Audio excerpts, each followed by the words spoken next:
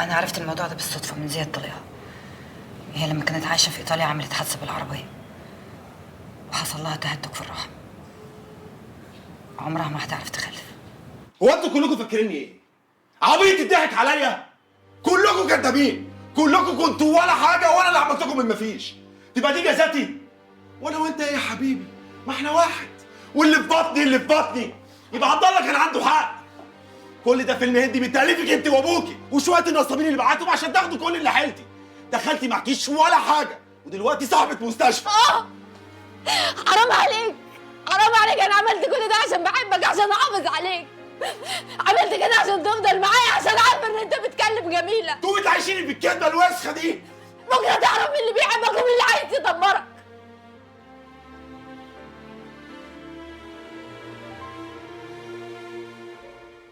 ايه الغباء ده؟ ما كان هيعرف. ايوه بس هي قصدت تعمل كده عشان تبعدنا عن بعض. طب وهشام عمل ايه؟ ولا حاجه، خسر كل حاجه يا ماما. ده اكتر وقت هشام محتاجنا فيه. انا عارفه بس انا مش عايزه افرض نفسي عليه. هشام بيحبك وما كانش عشان خاطره يبقى عشان خاطر بنتك. انا كل اللي بفكر فيه مش عارفه هو هيعمل ايه بعد ما خسر كل حاجه. على فكره يا هشام بالطريقه دي مش هتعرف توصل لحل.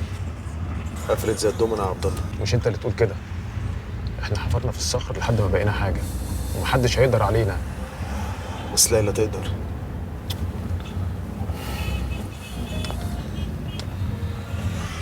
معلش انزل يا عبد الله.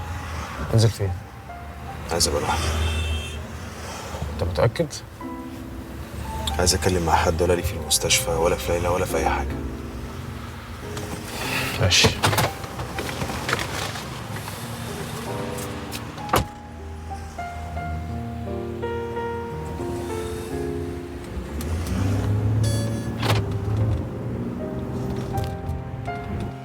بصوا يا اولاد، انتوا عزفتوا صح بس مفيش احساس، والمزيكا مش بتتسمع بالودن، دي بتتحس بالقلب. واديكوا دليل على كلامي. بيتهوفن في اواخر ايامه ما كانش بيسمع، ومع ذلك الف اجمل سيمفونياته، السيمفونيه التاسعه، لأنه عزفها في قلبه وفي شعوره، حسها قبل ما يكتب النوتة. عنده حق يا ليلى طبعا. حد يعمل اللي انت عملتيه ده؟ هعمل ايه بس يا بابا؟ ما انا خفت جميله تاخده. طيب هو يثق فيك ازاي دلوقتي؟ كل الظروف ضدك، كده هيخاف منك جدا. بقول لك ايه، سيبك منه دلوقتي، هو مش مهم خالص على فكره. المهم ان المستشفى تقريبا بقت بتاعت بنتك لوحدها. طيب بس الاعداء هيكتروا قوي. لا ما تخوفنيش. لا لازم تخافي، الدنيا كلها ضدك وانت لوحدك. بس انت معايا يا حبيبتي، ما عشان كده عايزك تصفي حياتك دي وتجيلي باسرع وقت. ليه؟ حبيبتي انا عارف بقول لك ايه. كله من ابن الجزمه اللي اسمه زياد ده، الله يخرب بيته. يا ستي سيبك منه بقى، بلا زياد بلا زفت. ركزي شويه يا ليلى، مش كده. بس انا مش سهل عليا ان انا اسيب مصر واسيب حياتي هنا. انا مش زيك يا بابا، انا مختلفه شويه عنك. حاسس ان الدنيا كلها ضحكت عليا يا عم مخلوف. انت فاكر انك هتضحك على الدنيا من غيرك اشطر.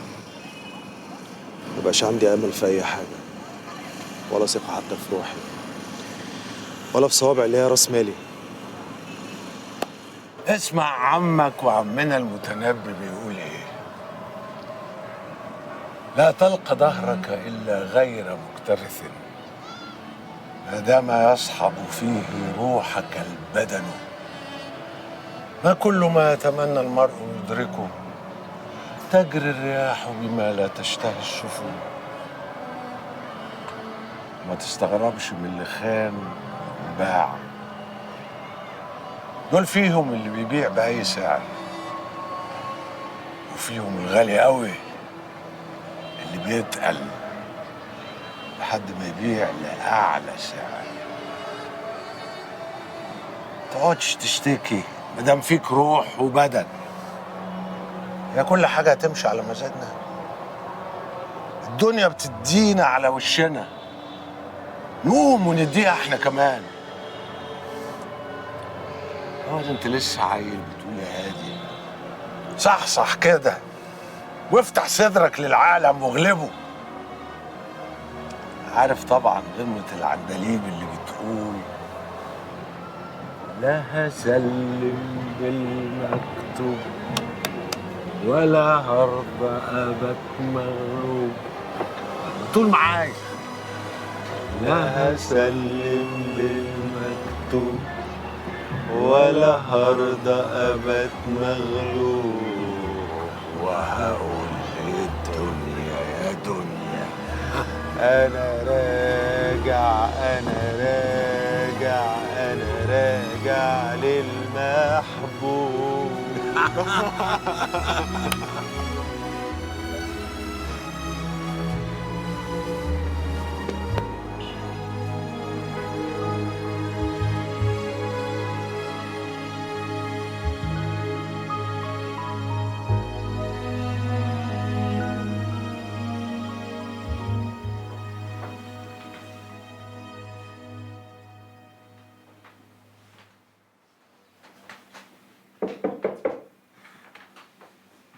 ادخل. حبيبي مش عاوزني اعمل لك اي حاجه؟ لا شكرا، انا هخلص قرايه واخرج اقعد معاكي. طيب براحتك.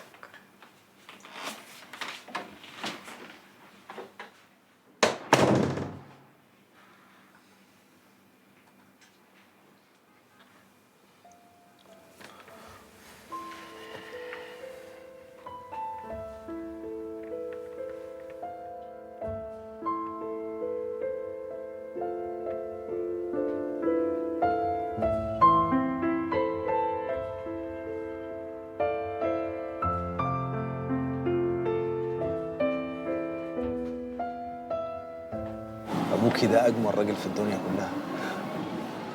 انا مش فاهم ازاي كنتوا مقاطعينه. انا عمري ما قطعته طبعا، يعني جايز ما كنتش اعرف ازوره بشكل مستمر وانا متجوزاك، لكن غير كده طول عمره في قلبي. وبعدين هو حبيبي صاحبي وفاهم الدنيا كويس. انا وهو بين اصحاب على فكره. ها لا واضح.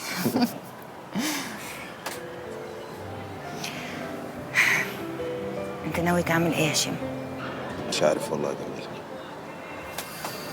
ساعات بيخطر على بالي كده اهد المعبد على اللي فيه. لا اوعى تعمل كده. تعبت. ايه الجديد يعني؟ طول عمرنا واخدين على التعب. جديد عايشه. انا بتحس الاعداء في كل مكان.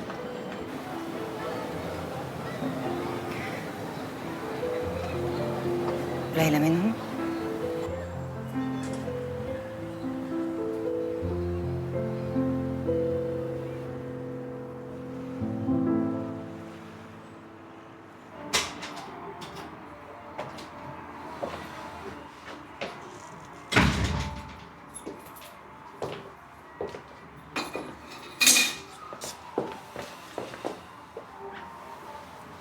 حبيبي الحمد لله على السلامه. انت كنت فين؟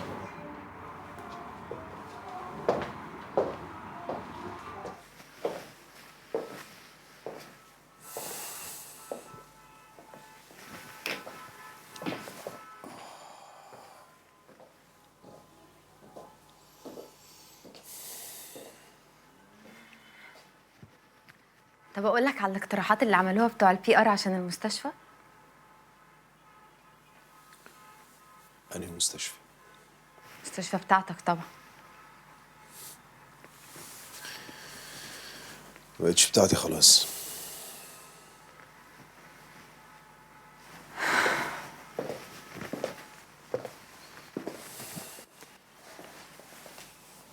هو انت ليه مش عايز تفهم؟ هو انت فاكر ان انا سهل عليا ان اكدب كدبه زي دي؟ اي ست في الدنيا تتمنى انها تبقى ام. ده الاحساس الوحيد اللي بيحسس الست انها ست بجد. انا عملت كل ده عشان احافظ عليك. انا كان نفسي فعلا اجيب لك ابن.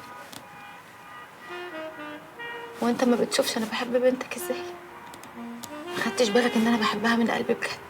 ما خدتش بالك كمان ان دي الوحيده